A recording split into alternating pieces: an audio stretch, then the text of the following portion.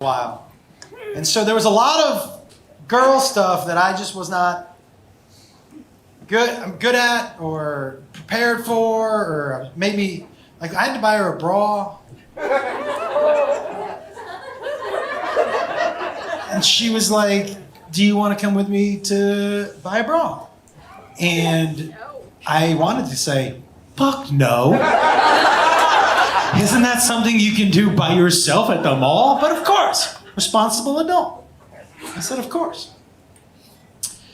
And so we had to buy her this bra.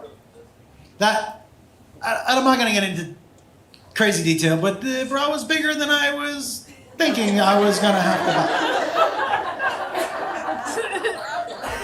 And I remember handing her the bra and saying, you're like Spider-Man now.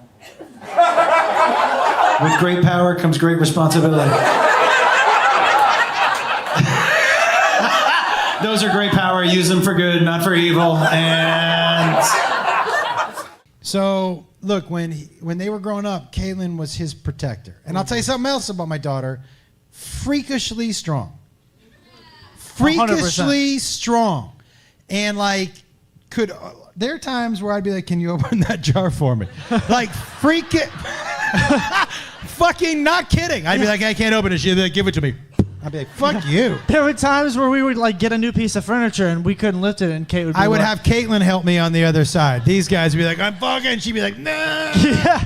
Kate would just pick up things by herself. Yeah, it was crazy. Okay. Yeah. So one day, you know, when they were younger, a big day out for us. And this is when they were younger, those indoor playgrounds with the slides and all that shit, those were new. So they were popping up all over the place. They were in one of those tubes, you know? And I see, you know, it was in the ball part of the tube where it was plastic so you could see in. This kid pushes him. And then I see Caitlin doing this.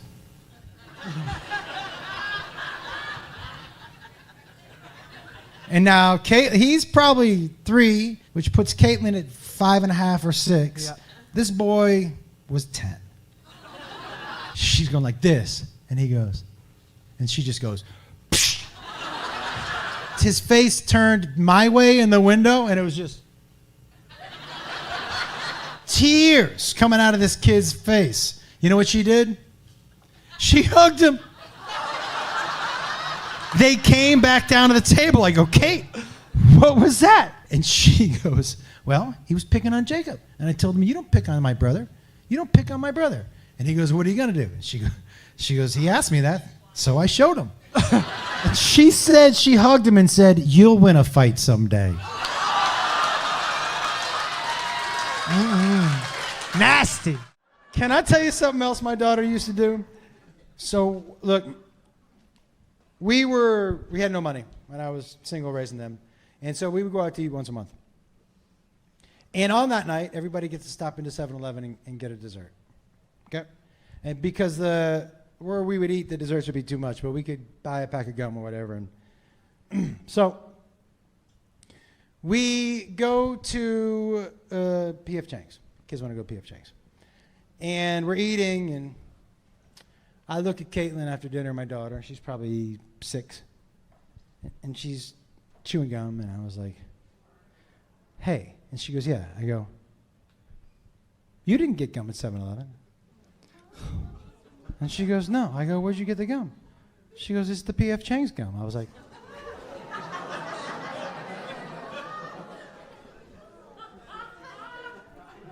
well, what do you mean by that?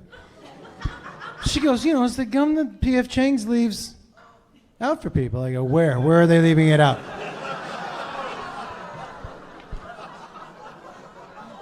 And she goes, right here under the table. I was like, ah. And apparently I'm the dumb one. She said, anytime you see me chewing gum at a restaurant, it's the restaurant gum. And I was like, honestly, I was like, you're going to die tomorrow or never be sick again a day in your fucking life. Yeah. I was fucking chewing that gum. I was like, yeah, I don't know if you can ride in the car on the way home. Yeah, that was gross. Fucking so gross. Anybody else? Yeah. Your daughter really find your wife in the closet? Yes, my daughter found my wife in the closet. For those of you that haven't heard that story, man, you know, when I was a single dad, you know, I didn't let anybody who I was dating meet my kids. I didn't quite understand why you needed to meet my kids, especially like a month in. I don't even know if I like you. So there's no fucking reason for you to meet my kids, right? And so even with Beth, and I knew I was gonna marry Beth almost immediately. I was like, you gotta wait. We gotta wait 6 months. We gotta make sure this is real. They don't need to meet you if we're not, right? So she would come over to the house, and she wasn't allowed to sleep in the bed because they couldn't wake up and see her there. So she usually drove home, and one night she was too tired. So she just asked me, she goes, "Can I sleep in your closet?" And I was like, it was a walk-in closet. And so, yeah, she wasn't fucking curled up like a cat at the bottom of the, yeah.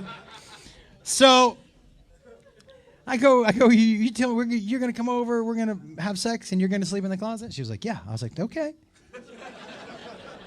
Oh, dude, I'm a gentleman. I put an air mattress down in there.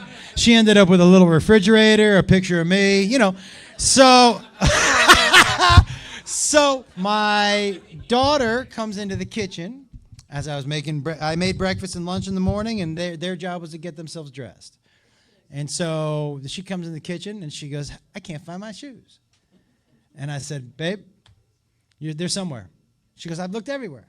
I go, "You haven't looked everywhere. Go look everywhere." That's right. So she came back about 3 minutes later. No expression on her face. And she goes, yeah, I go, "What's going on?" She goes, "I still can't find my shoes, and there's a stranger sleeping in your closet." And I was like, okay. I go, I'll help you find your shoes. But and this is, by the way, when I knew my daughter is a straight ride or die. Because I said to her, she was walking out of the kitchen, I go, "Babe, just out of curiosity, there's a stranger sleeping in my closet, and that's all the reaction I get?" And on the way out of the kitchen, she looks at me and she goes, "It's your closet, Daddy. None of my business what happens in your closet." I was like, I'm going to bury a body with this bitch. She's fucking ready. The only problem I ever had with my daughter is that she's been smarter than me since she was 6. And like half the time when we're sitting in our living room, I didn't understand a word that was coming out of her mouth. Like we'd be in my living room, I'd be like, "What's up, baby?" She's like, "Oh my God, Daddy. Oh my God, Daddy. Oh my God, Daddy." It's like having a f***ing dolphin in my living room, right? She came home one day and she was like, "Oh my God, Daddy, I have to tell you something so important. Oh my God, Daddy. Oh my God, Daddy." Chris tried to kiss me. I told him I wasn't sure if I was allowed to do that. I had to go home and ask my daddy. And I said, "You know what, babe? Thank you very much for asking. Look, I know you're a teenager and your hormones are running crazy, and my job as your father is just to tell you what I know. And what I know is that God doesn't let little hookers into heaven. Do whatever you want to do with that information, babe." Listen, I used to like to embarrass them. That's true. And so he is the one who is the hardest to embarrass. My daughter, she at one point, we were driving to middle school, and she was like, "Drop me off here." I'm like, "The school's up there." She was like, "It's embarrassing if you drop me off in front of the school." And I go, "What?" She was like, "It's embarrassing." I was like, "Okay." So I let her walk up to the school, and I just waited, and then I slowly rolled up behind her. And when she was in front of the school, all the kids out there in the morning, I just rolled down my window and I go, "Hey, Kaden! Hey, Kaden! Woo, woo, woo, woo, woo, woo, woo, woo, woo! Hey, Kaden! Hey, Kaden! I can't find my way home! I can't find my way home!"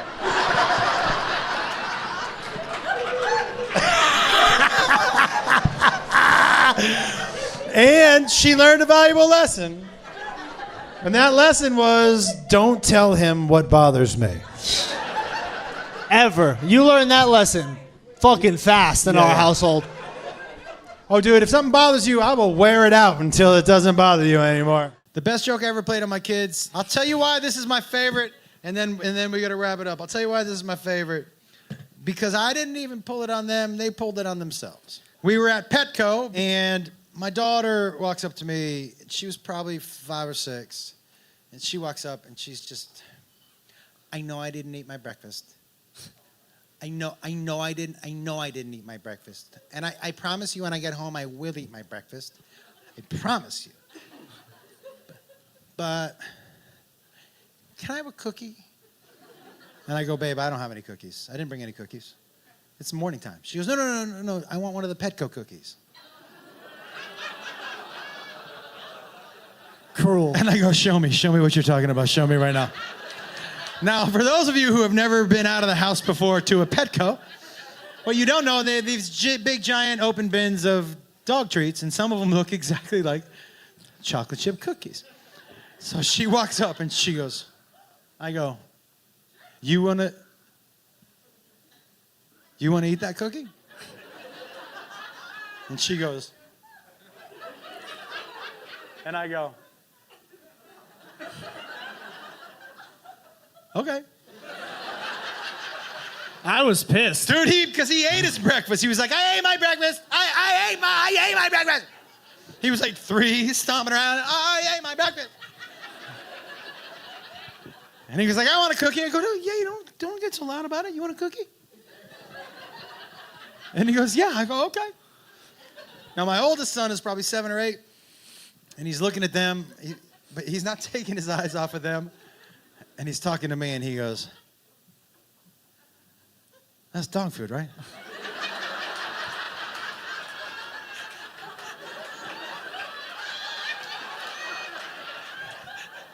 And I said, yeah. And then I said to him, do you want a cookie? We were poor, man, so It was a cruel trick.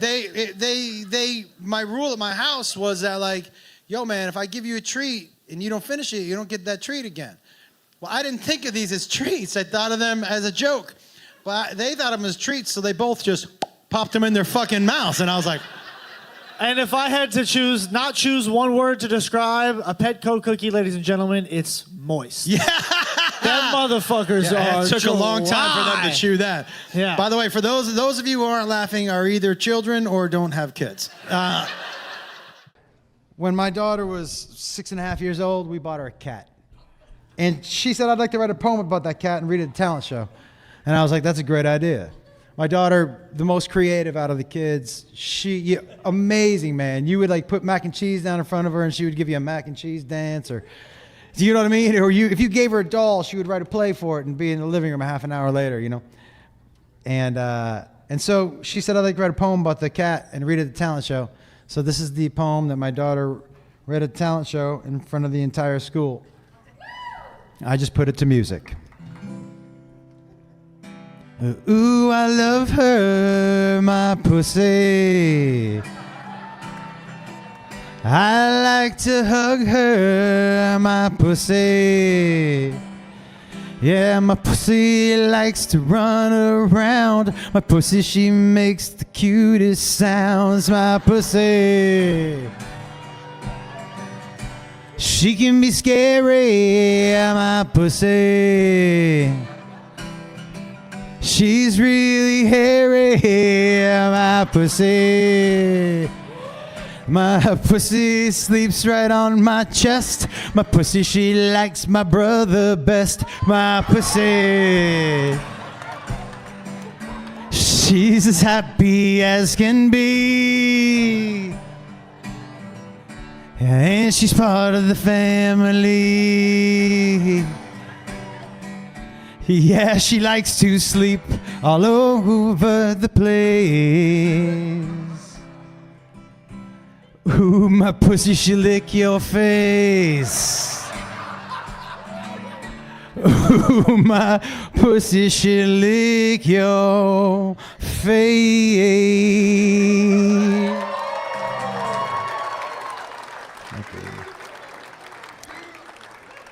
So we're just sitting in there, and she opens with, ooh, I love her, my pussy, and I turn to my wife, I'm like, hey, we gotta go. She said, why? I was like, the chorus is my pussy, like, we gotta get out of here, you know what I mean? And she goes, if we leave, she's gonna be humiliated. I go, yeah, but If we stay, we're going to be humiliated. But we stayed. My wife's a better person than I am. And, and so we're waiting outside for the kids to come out, but all the parents come out first. And man, we live in a generation with some judgy fucking parents. Streaming out of that auditorium, just walking past us like.